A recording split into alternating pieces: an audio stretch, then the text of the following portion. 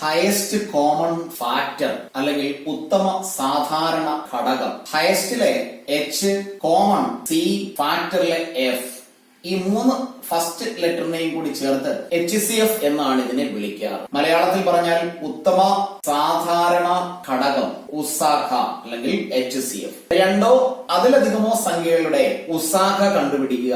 അത്തരത്തിലുള്ള വഴിക്കണക്കുകൾ അല്ലെങ്കിൽ application questions മിക്കവാറും മത്സര പരീക്ഷകളിലെല്ലാം നമ്മൾ കണ്ടുവരാം. അങ്ങനെയാണെങ്കിൽ അത്തരത്തിലുള്ള സംഖ്യകളുടെ ഉസാഖ അല്ലെങ്കിൽ HCF എളുപ്പമാർഗം എങ്ങനെ കണ്ടുപിടിക്കാമെന്നും അതിനെ ഉപയോഗിച്ചുള്ള ആപ്ലിക്കേഷൻ ക്വസ്റ്റ്യൻസ് എന്തൊക്കെയാണ് എന്ന് നമുക്കൊന്ന് ഡിസ്കസ് ചെയ്യാം. രണ്ട് സംഖ്യകളുടെ ഉസാഖ അല്ലെങ്കിൽ HCF കണ്ടുപിടിക്കണമെന്നിരിക്കട്ടെ. രണ്ട് മെത്തേഡാണ് ഇതിലുള്ളത്.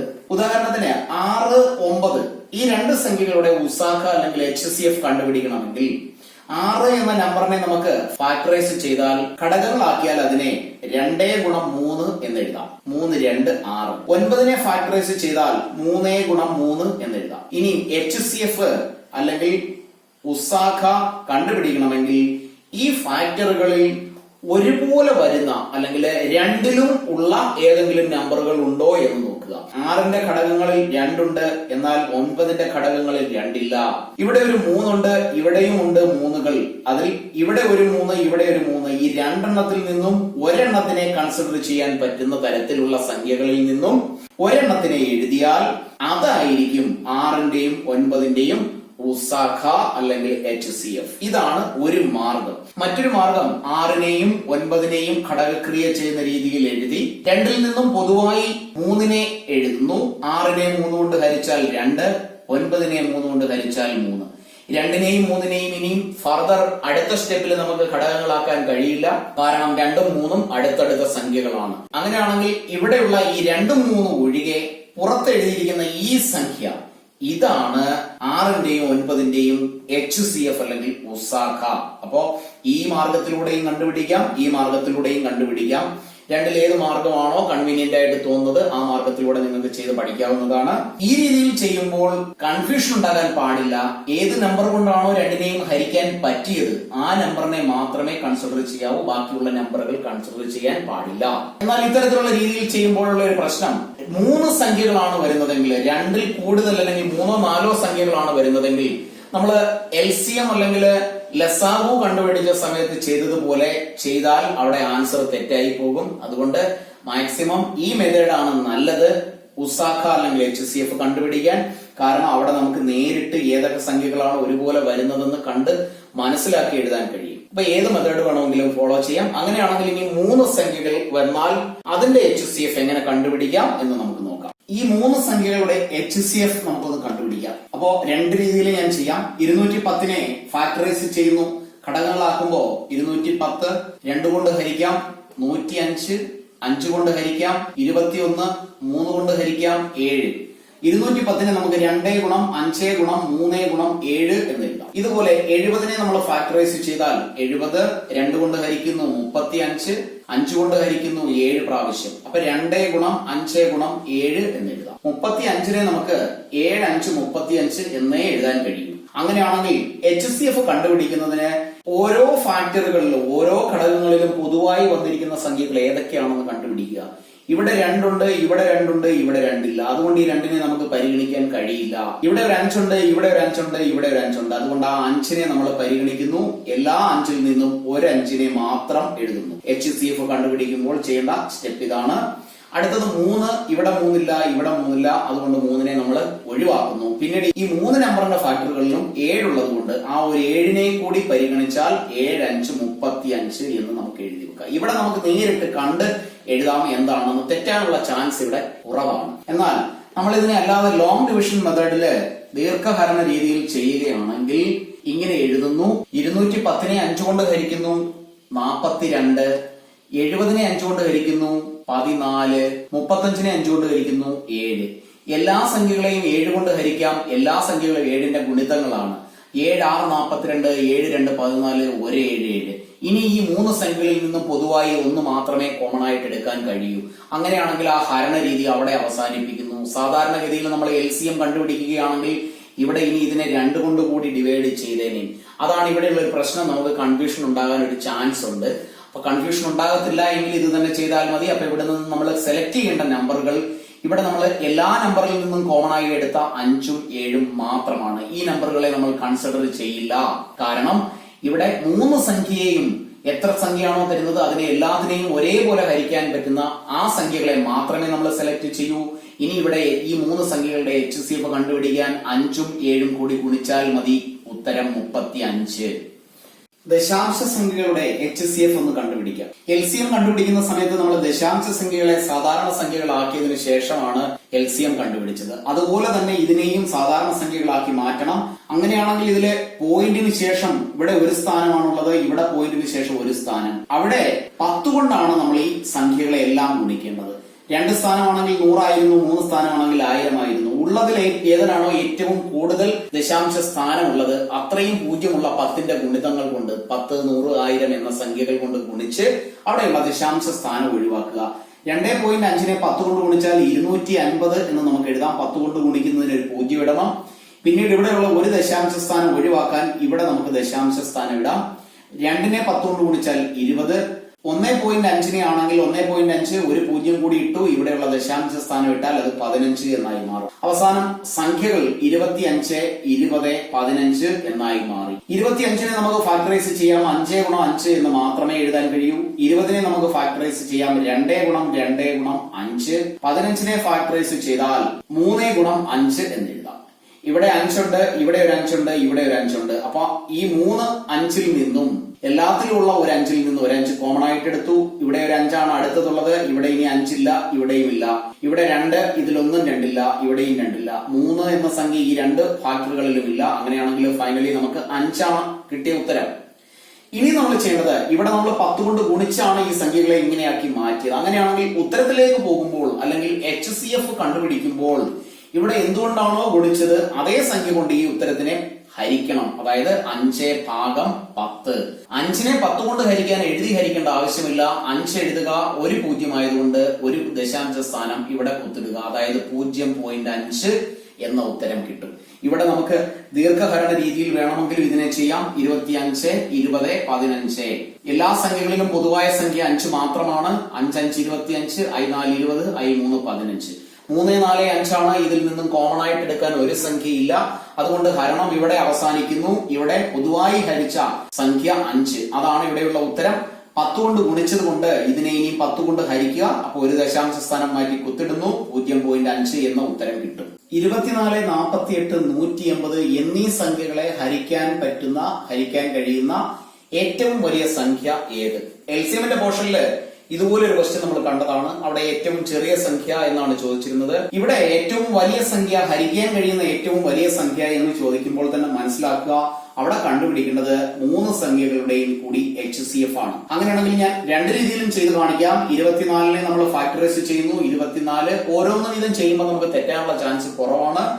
2 കൊണ്ട് ഹരിക്കാം. 12, 2, 24. 2 കൊണ്ട് ഹരിക്കാം. 6, 2, 12. 2 കൊണ്ട് ഹരിക്കാം. 3, 2, 6. 24നെ നമുക്ക് 2 ഗുണം 2 ഗുണം 2 ഗുണം 3 എന്ന് എഴുതാം. അടുത്ത സംഖ്യ 48 ആണ്. 48 24ന്റെ ഇരട്ടി ആയതുകൊണ്ട് അതുകൊണ്ട് വീണ്ടും ഒരു ഫാക്ടറൈസേഷന്റെ ഘടകക്രിയയുടെ ആവശ്യമില്ല. ഒരു 2 കൂടി ഇതിനേക്കാൾ കൂടുതൽ എഴുതിയാൽ മതി. 2 ഗുണം 2 ഗുണം 2 ഗുണം 2 ഗുണം 3. അടുത്തത് 180 ആണ്. 180നെ നമ്മൾ ഫാക്ടറൈസ് ചെയ്യുന്നു. 180/2 90. വീണ്ടും 2 കൊണ്ട് ഹരിക്കുന്നു. 45. വീണ്ടും 5 കൊണ്ട് ഹരിക്കുന്നു. 9, 5, 45. 3 ഗുണം 3 9. അപ്പൊ നമുക്ക് അവിടെ 2 ഗുണം 2 ഗുണം 5 ഗുണം 3 ഗുണം 3 എന്ന് എഴുതാം. ഇനി HCF കണ്ടുപിടിക്കുന്നതിന് വേണ്ടി എല്ലാത്തിലും ഒരേപോലെ വരുന്ന സംഖ്യകളെ നമുക്ക് മാർക്ക് ചെയ്യാം. ഇവിടെ ഒരു 2 ഉണ്ട്, ഇവിടെ ഒരു 2 ഉണ്ട്, ഇവിടെ ഒരു 2 ഉണ്ട്. ഈ 3 2ൽ നിന്നും ഒരു 2നെ നമ്മൾ കോമൺ ആയി എഴുതുന്നു. അടുത്ത ഒരു 2, ഇവിടെ ഒരു 2 ഉണ്ട്, ഇവിടെ ഒരു 2 ഉണ്ട്. അങ്ങനെ ഈ 3 2ൽ നിന്നും ഒരു 2 നമ്മൾ വീണ്ടും ഇൻറ്റു എഴുതും. അടുത്ത ഇവിടെ ഒരു 2 ഉണ്ട്, ഇവിടെ 2 ഉണ്ടെങ്കിലും ഇവിടെ ഇല്ലാത്തതിനാൽ ആ 2നെ ഒഴിവാക്കി. പിന്നീട് ഇവിടെ ഉള്ളത് 3 ആണ്. ഇവിടെ ഒരു 3 ഉണ്ട്, ഇവിടെ ഒരു 3 ഉണ്ട്. അപ്പൊ ആ 3ൽ നിന്നും ഒരു 3നെ നമ്മൾ കോമൺ ആയിട്ട് എഴുതി. ബാക്കിയുള്ളതിനെ പരിഗണിക്കേണ്ട ആവശ്യമില്ല. കാരണം എല്ലായിടത്തും ഒരേപോലെ ഇല്ല. അങ്ങനെയാണെങ്കിൽ ഇതിനെ എല്ലാം കൂടി ഗുണിച്ചാൽ 2, 2, 4, ഗുണം 3 സമം 12 എന്ന ഉത്തരം കിട്ടും. അപ്പോ ഈ 3 സംഖ്യകളെയും ഹരിക്കാൻ കഴിയുന്ന ഏറ്റവും ചെറിയ സംഖ്യ, 3 സംഖ്യകളെയും ഒരേപോലെ ഹരിക്കാൻ കഴിയുന്ന ഏറ്റവും ചെറിയ സംഖ്യ 12 ആണ്. 24നെ 12 കൊണ്ട് ഹരിക്കാം, 48നെ ഹരിക്കാം, 180നെയും 12 കൊണ്ട് ഹരിക്കാം. അങ്ങനെയാണെങ്കിൽ ഇതിനെ ലോങ് ഡിവിഷൻ മെത്തേഡിൽ എങ്ങനെ ചെയ്യാമെന്ന് നോക്കാം. 24, 48, 180 2 കൊണ്ട് ഹരിക്കുന്നു. 2, 12, 24, 90. വീണ്ടും 2 കൊണ്ട് ഹരിക്കാം. 6, 12, 45. ഇവിടെ വീണ്ടും 3 എന്ന സംഖ്യ കൊണ്ട് ഹരിക്കാൻ കഴിയും. കാരണം 3 സംഖ്യകളും 3ന്റെ ഗുണിതങ്ങളാണ്. 3, 2, 6, 4, 3, 12, 15, 3, 45. അങ്ങനെയാണെങ്കിൽ ഇവിടെ ഇനി ഇതിന് ശേഷം 3നെയും ഒരു സംഖ്യ കൊണ്ട് ഹരിക്കാൻ കഴിയില്ല. അങ്ങനെയാണെങ്കിൽ ഹരണം ഇവിടെ സ്റ്റോപ്പ് ചെയ്ത് പുറത്തുള്ള ഈ 3 സംഖ്യകളെയും കൂടി ഗുണിക്കുന്നു. 2, 2, 4, 4, 3, 12 എന്ന ഉത്തരം കിട്ടും. സംഖ്യകളെ ഘടകക്രിയ ചെയ്ത് ഫാക്ടറൈസ് ചെയ്ത് ഈ രീതിയിൽ തന്നാൽ എങ്ങനെ അതിൽ നിന്നും HCF കണ്ടുപിടിക്കാം? അപ്പൊ ഇത്തരത്തിലുള്ള ചോദ്യത്തില് ഗുണിച്ച് ഒരു സംഖ്യ ആയിട്ടായിരിക്കത്തില്ല ഉത്തരം തരുന്നത്, ഇതേ ഫോമിലായിരിക്കും ഉത്തരം തരുന്നത്. അപ്പൊ നമുക്കത് എങ്ങനെ കണ്ടുപിടിക്കാമെന്ന് നോക്കാം. ഇവിടെ 2ന്റെ ഒരു സംഖ്യയാണുള്ളത്, ഇവിടെ 2ന്റെ 2 സംഖ്യ, ഇവിടെ 2ന്റെ 5 സംഖ്യ. 3 നമ്പറിന്റെയും ഫാക്ടറില് 2 ഉള്ളത് കൊണ്ട് ഏറ്റവും ചെറിയ നമ്പറിനെ നമ്മൾ കൺസിഡർ ചെയ്യുക. ഒരെണ്ണം ഉള്ള 2. ഇവിടെ 2 എണ്ണം ഉണ്ട്, പക്ഷെ ഇവിടെ നിന്ന് 2 എടുക്കാൻ കഴിയില്ല. ഇവിടെ 5 ഉണ്ട്, ഇവിടുന്ന് 5 എടുക്കാനും ഇവിടുന്ന് 5 എടുക്കാനും കഴിയില്ല. അതുകൊണ്ട് തന്നെ HCF കാണുമ്പോൾ അതിൽ ഏറ്റവും ചെറുത് ഏതാണോ അതിനെ എടുക്കുക. അപ്പൊ ഇവിടെയുള്ള 2, ഇവിടെ 3 ഉണ്ട്, ഇവിടെ 3 ഉണ്ട്, ഇവിടെ 3 ഉണ്ട്. 3ലും 3 ഉള്ളത് കൊണ്ട് നമുക്ക് 3നെ പരിഗണിക്കാം. ഇവിടെ 2 പ്രാവശ്യം, ഇവിടെ 4 പ്രാവശ്യം, ഇവിടെ 2 പ്രാവശ്യം. അപ്പോ ഏറ്റവും ചെറുത് 2 പ്രാവശ്യമാണ് വരുന്നത്. അതുകൊണ്ട് 3/2 ഗുണം ഇവിടെ 7 ഉണ്ട്, ഇവിടെ 7 ഉണ്ട്, ഇവിടെയും 7 ഉണ്ട്. 3 7 വന്നതുകൊണ്ട് 7നെയും നമുക്ക് പരിഗണിക്കാം. 2 മാത്രമാണ് 7 വരുന്നതെങ്കിൽ അതിനെ പരിഗണിക്കാൻ കഴിയില്ല. 3 7 ഉള്ളത് കൊണ്ട് അതിനെ പരിഗണിക്കുമ്പോൾ ഇവിടെ 3 പ്രാവശ്യം, ഇവിടെ 2 പ്രാവശ്യം, ഇവിടെ 3 പ്രാവശ്യം. ഇതിൽ ഏറ്റവും ചെറുത് 7/2 ആണ്. അങ്ങനെയാണെങ്കിൽ 7/2 കൂടി എഴുതിയാൽ ഇതാണ് ഈ 3 സംഖ്യകളുടെ HCF. LCM-ഉം HCF-ഉം 2 സംഖ്യകളും തമ്മിലുള്ള ഒരു ബന്ധം, അല്ലെങ്കിൽ എപ്പോഴെങ്കിലും നമുക്ക് 2 സംഖ്യകൾ കിട്ടുന്നു, ആ 2 സംഖ്യകളുടെ LCM-ഉം ആ 2 സംഖ്യകളുടെ HCF-ഉം ഈ 2 സംഖ്യകളും തമ്മിലുള്ള ഒരു ബന്ധം ഉണ്ട്. അതിങ്ങനെയാണ്: സംഖ്യകളുടെ ഗുണനഫലം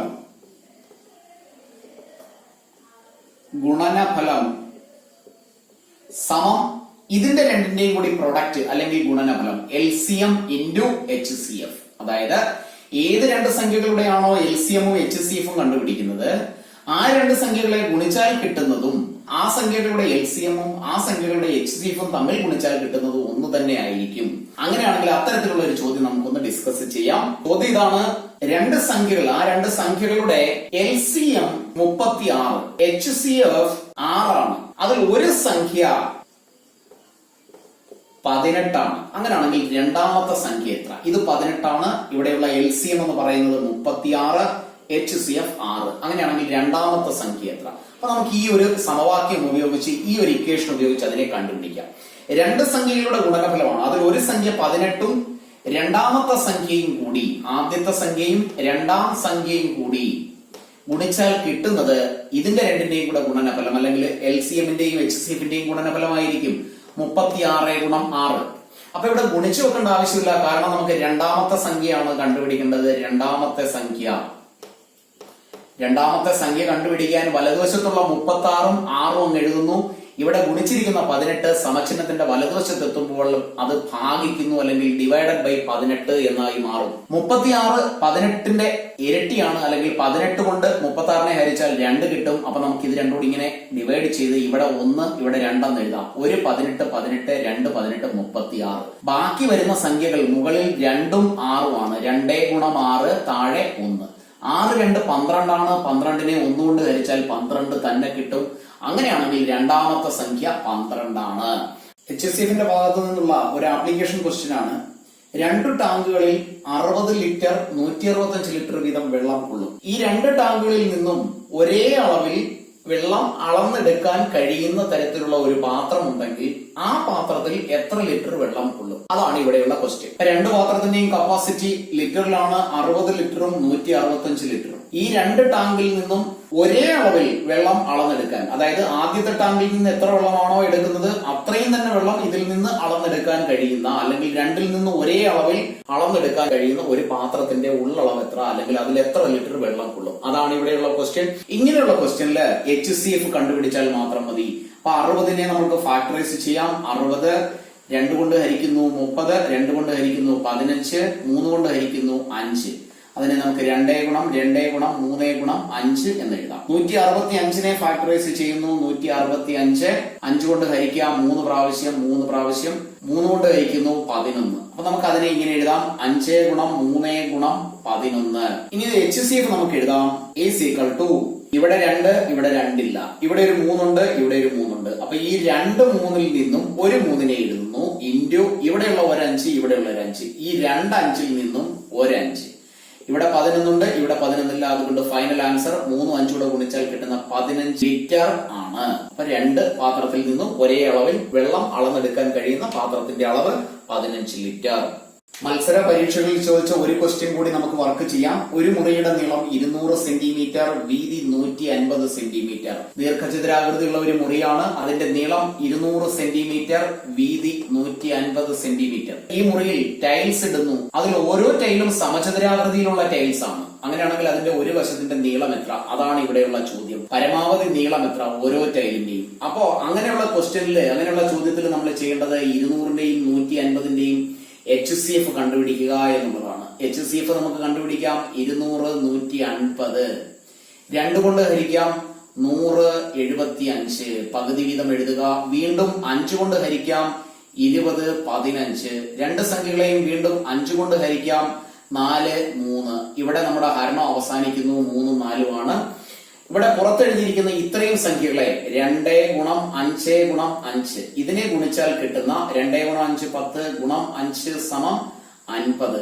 50 ആണ്, അല്ലെങ്കിൽ 50 സെന്റിമീറ്റർ ആണ് ഈ മുറിയിൽ ഇടാൻ കഴിയുന്ന, അല്ലെങ്കിൽ ഇടുന്ന സമചതുരാകൃതിയിലുള്ള ഒരു ടൈലിന്റെ ഒരു വശത്തിന്റെ നീളം 50 സെന്റിമീറ്റർ. ക്ലാസ്സുകൾ ഇഷ്ടപ്പെട്ടുവെങ്കിൽ ലൈക്കും ഷെയറും ചെയ്യുന്ന കാര്യം മറന്നു പോകരുത്. PSCയുടെ ക്ലാസ്സുകൾ തുടർച്ചയായി കാണുന്നതിന് വേണ്ടി സബ്സ്ക്രൈബ് ചെയ്തിട്ടില്ല എങ്കിൽ ഇന്ന് തന്നെ സബ്സ്ക്രൈബ് ചെയ്ത് ഒരു ക്ലാസ് പോലും മിസ് ചെയ്യാതെ എല്ലാ ക്ലാസ്സുകളും അറ്റൻഡ് ചെയ്യുക.